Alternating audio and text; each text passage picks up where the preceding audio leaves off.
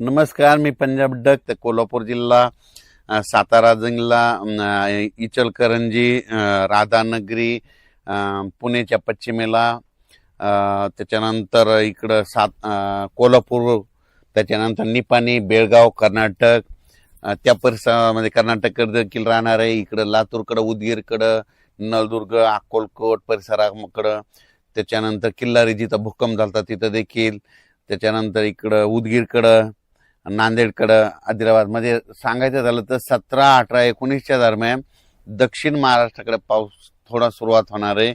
सगळीकडे नाही, पण तुरळक ठिकाणी अवकाळी पाऊस येणार आहे. म्हणून ज्यांची हळद असेल, कांदा असेल, तर तुम्ही काय करा, 17 तारखेपर्यंत त्या परिसरातल्या दक्षिण महाराष्ट्रातल्या शेतकऱ्यांनी झाकून घ्यायची, ठेवायची.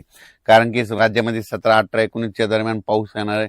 त्याच्यानंतर 21, 22च्या नंतर ते पाऊस पुन्हा थोडी थोडी वाढ होत जाणार आहे.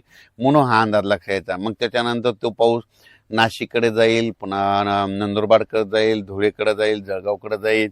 त्याच्यानंतर इकडे मुंबईला देखील असेल, मुंबई, कल्याण, त्याच्यानंतर इगतपुरीकडे राहील, त्याच्यानंतर संगमनेरकडे जाईल, आंबेगाव, जुन्नर त्या परिसरात राहील, अहिल्यानगरकडे देखील पडेल, काही भागामध्ये शिर्डी, राहता त्या परिसरामध्ये देखील पडेल. म्हणून हा अंदाज सर्व शेतकऱ्यांनी लक्षात द्यायचा. म्हणजे सांगायचं झालं तर 17, 18, 19लाच बघा ना तुम्ही, थोडं वातावरणात लगेच बदल होईल.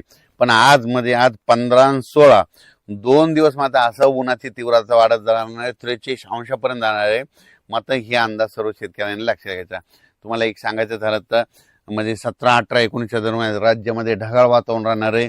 म्हणून हे लक्षात येतं. ढगाळ वातावरण असल्यामुळं लगेच गरमी देखील दिसणार आहे. म्हणून हे देखील सर्व शेतकऱ्यांना लक्षात येतं.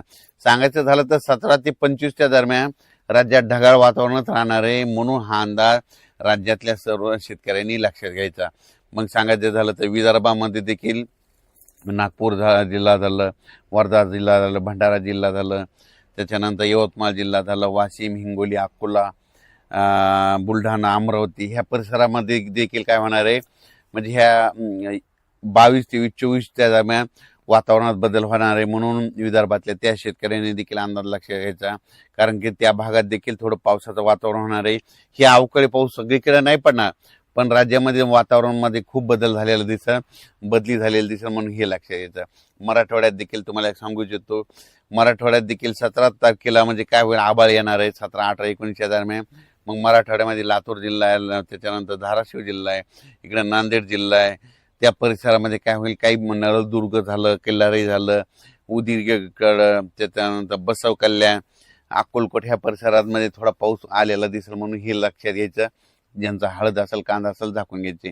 त्याच्यानंतर परभणी जिल्हा झालं, नांदेड जिल्हा झालं, हिंगोली जिल्हा झालं, संभाजीनगर, जालना ह्या परिसरात देखील 17 तारखेपासूनच ढगाळ वातावरण होणार आहे. म्हणून हा अंदाज लक्षात घ्यायचा. हा पाऊस सर्व दूर नाही, पण मात्र भाग बदलत काही ठिकाणी गारपीट देखील होईल. म्हणून हे देखील सर्व शेतकऱ्यांनी लक्षात घ्यायचं. या पावसामध्ये वाऱ्याचं प्रमाण देखील जास्त असणार आहे. म्हणून हे देखील सर्व शेतकऱ्यांनी लक्षात घ्यायचं. उत्तर महाराष्ट्राकडे नंदुरबार जिल्हा, धुळे जिल्हा, नाशिक जिल्हा, त्याच्यानंतर अहिल्यानगर त्या परिसरातल्या शेतकऱ्यांना सांगू इच्छितो की तुमच्याकडे कांदे चालू असेल तर तुम्हाला 17 तारखेलाच आभाळ आलेलं दिसेल. तुम्हाला वाटेल पाऊस येतो की काय, पण 17ला काही ठिकाणी नुसतं आभाळ आलेलं दिसेल. म्हणून हे लक्षात घ्यायचं. आता 22, 23, 24, 25च्या दरम्यान फक्त भाग बदलत विखुरलेल्या स्वरूपाचा हे अवकाळी येणार आहे. म्हणून हा अंदाज सर्व शेतकऱ्यांनी लक्षात घ्यायचा. काही ठिकाणी गारपीट देखील होईल. म्हणून हे देखील सर्व शेतकऱ्यांनी अंदाज लक्षात घ्यायचा. त्याच्यानंतर इकडे संभाजीनगर जिल्हा, त्याच्यानंतर इकडे कन्नड ह्या परिसरात देखील शेतकऱ्याचे कांदे चालू काढणं, वैजापूरकडे कांदे चालू आहेत, अहिल्यानगरकडं, राहता, शिर्डी, कोपरगाव ह्या परिसरात देखील शेतकऱ्याचे फोन आले, आमचे कांदे काढून चालू. त्यांना सांगू इच्छितो की तुम्ही काय करा, 21 तारखेच्या आत तुम्ही तुमचे कांदे झाकून ठेवा. कारण की 22, 23, 24, 25च्या दरम्यान एक दिवस मात्र अवकाळीचं सावट आहे.